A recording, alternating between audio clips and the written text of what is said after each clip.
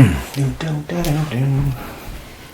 right, welcome to Dreams to Reality. My name is Anthony Eyesick, and we have a super special episode today. I'm chilling with my good friend Fernando Menso. I've known this man for almost 20 years, 2 decades now, right? Yeah, we're going on 2 decades now, so I'm happy to be here. You know what they say. Real friends can pick up where they left off, even if it's 20 years later, you know. So that's what 2 testament of time right now. Me and my boy Anthony right here, aka Robot, in the building. Cool, man. Well, thank you for opening up your home. Kind of last minute too. I kind of just dropped a line, and thank you for just the promptness of it, and just of course, opening your home to me. And we are in your beautiful studio here, where you kind of get down and boogie with your creative elements. Right now, you're working on one of your stained glass pieces right now. Yeah, right now. Seems looking fresh. Tell me a little bit about this real quick. You know what? Right here, I got this little style that I created the past couple of years during the pandemic.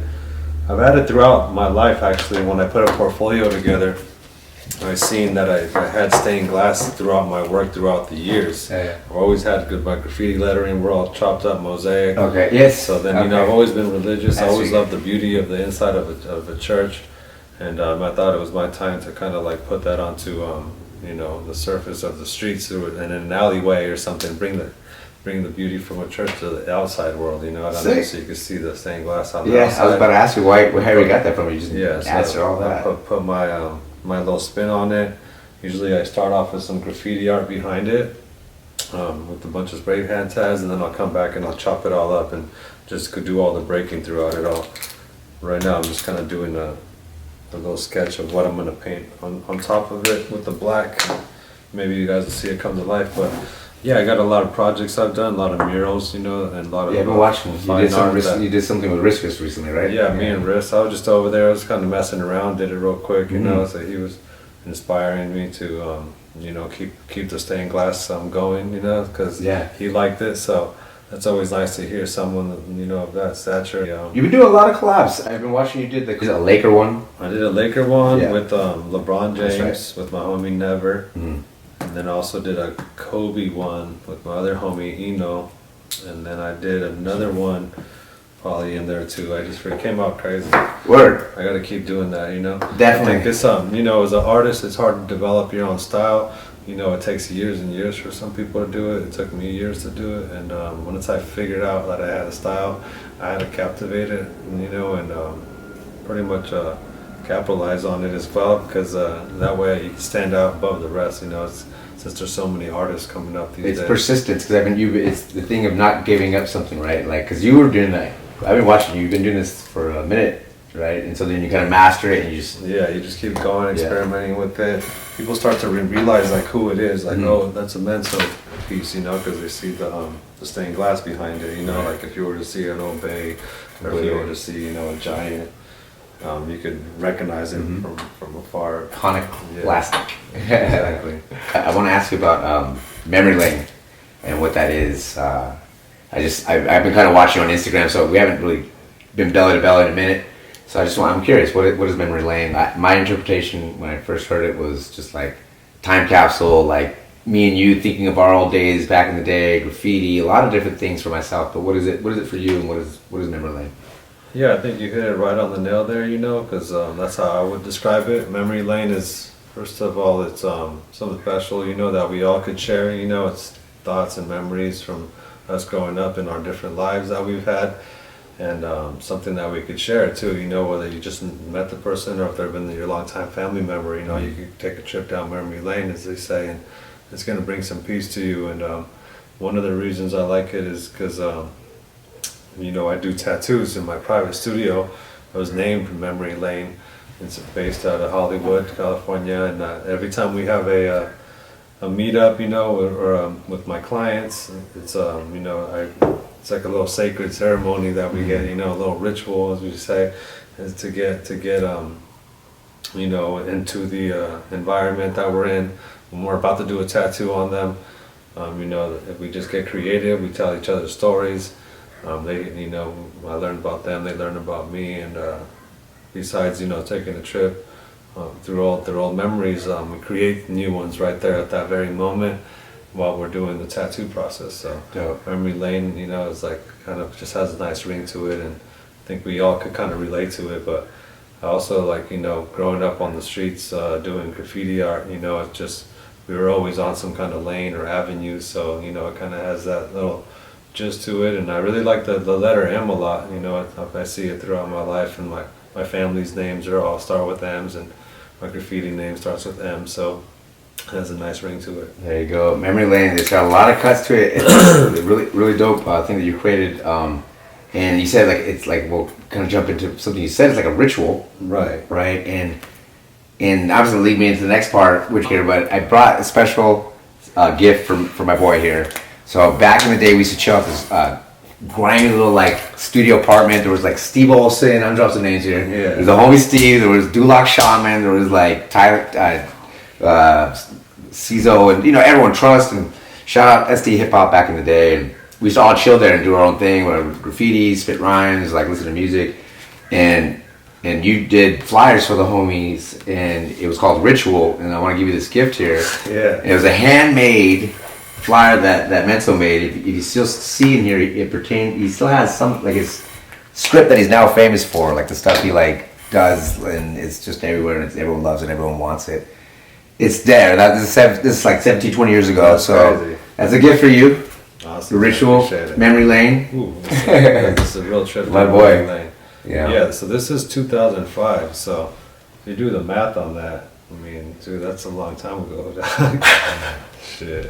So Memory Lane, you know, like I like time capsules. I like the idea of Memory Lane and stuff like that. I always held on to special things that I don't know why. Just like I kind of knows. I don't know.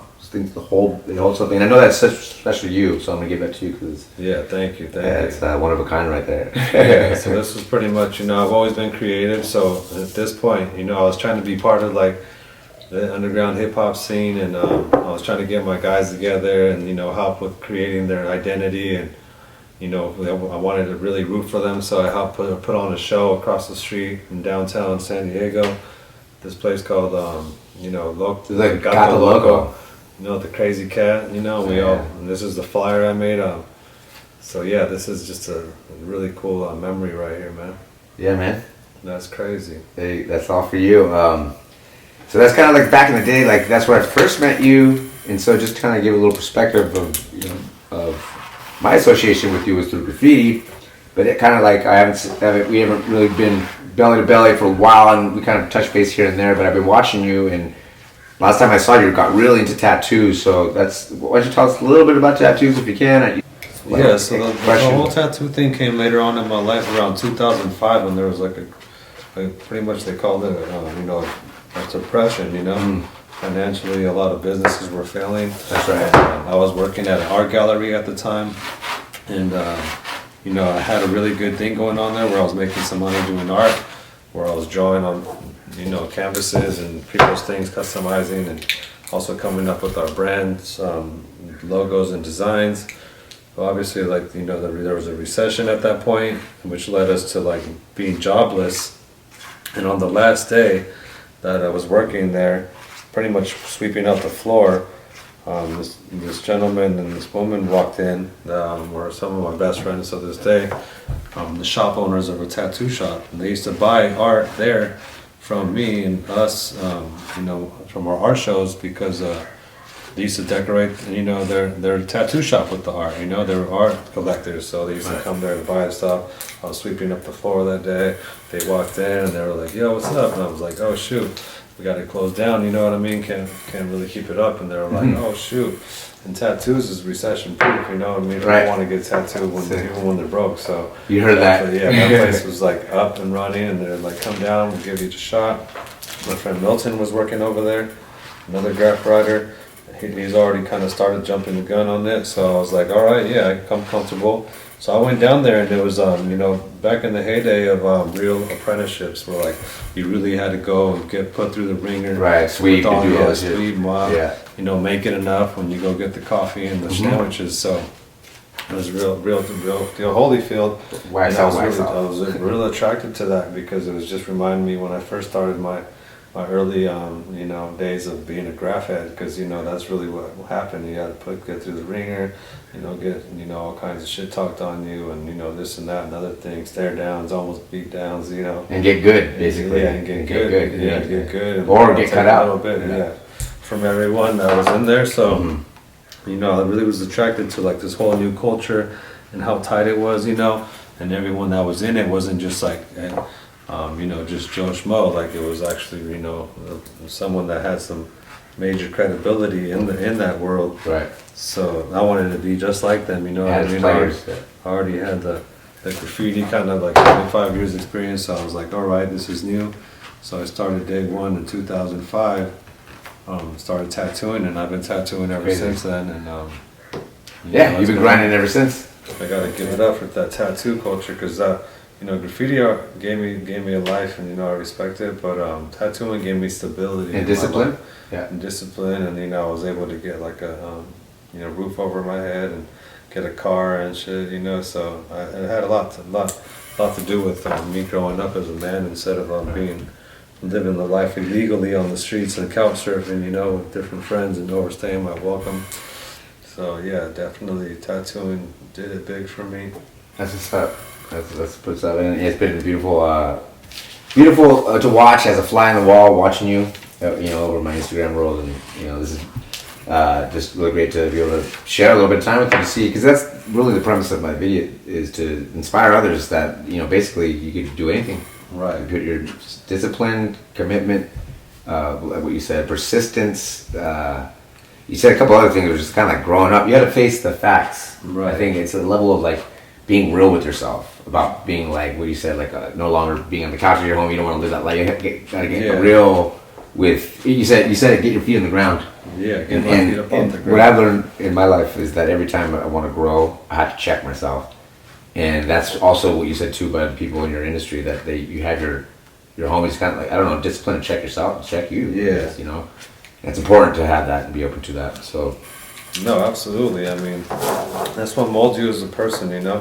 Whatever you do in life, you know, those are the times and tribulations that you're going to really, really look back to and appreciate, like, no matter how low it got, because it'll make you appreciate, like, what you got, like, in the future after all your hard work, you know? Completely. And you're sitting here, and so that kind of leads to the next question, because we're sitting here in your beautiful spread here. I'm just very proud of my boy, because of what you've done with your life. And what's next? I know you're not one to just sit on your laurels. You're always probably thinking what's next, and something's stewing up in Menso's brain and in the lab. And so just, I don't know, you want to give us a little teaser of what you got going, or if you want to share a little bit? I mean, I think just recently I had like a little awakening of like what to do next, and that was to pursue my art. That's why you're seeing me kind of paint right now.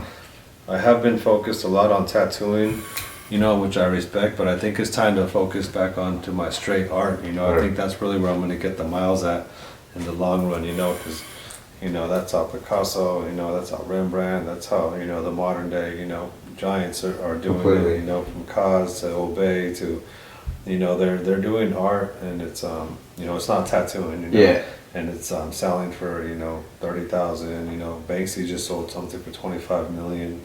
So I mean, that's like, I think that's what I want to tap into. Tattooing is just fun, I respect it, but it's not going to give me a 25 million. Like, no, I get it. You know, so, you know, and the thing is, I can see in your eyes. There's like, I know, and I'm hearing the language. It's like there's anything's possible, and like, why shouldn't you get paid? Because just because I put it on your skin, it's like no, it's like those guys are getting paid. It's right. Like why can't we get paid for that? So I believe in you. You're gonna get it. Yeah, we're gonna do it. Last thing, I don't know. It's a name association game. If you're down, it's gonna be quick. All right. Ford over Chevy. Chevy. Mullet over perm. You know, mullet or perm? Yeah. Oh yeah, you gotta do mullet probably. Flat black, gloss black. Oh, flat black. Okay. 2-pack Biggie. Oh, Tupac. Morality over integrity. The deep one. Damn. Okay. I think integrity. Boom. Yeah, morality. Skittles over M&M's. Or M&M's. M&M's. Alright, word. Coil or cordless?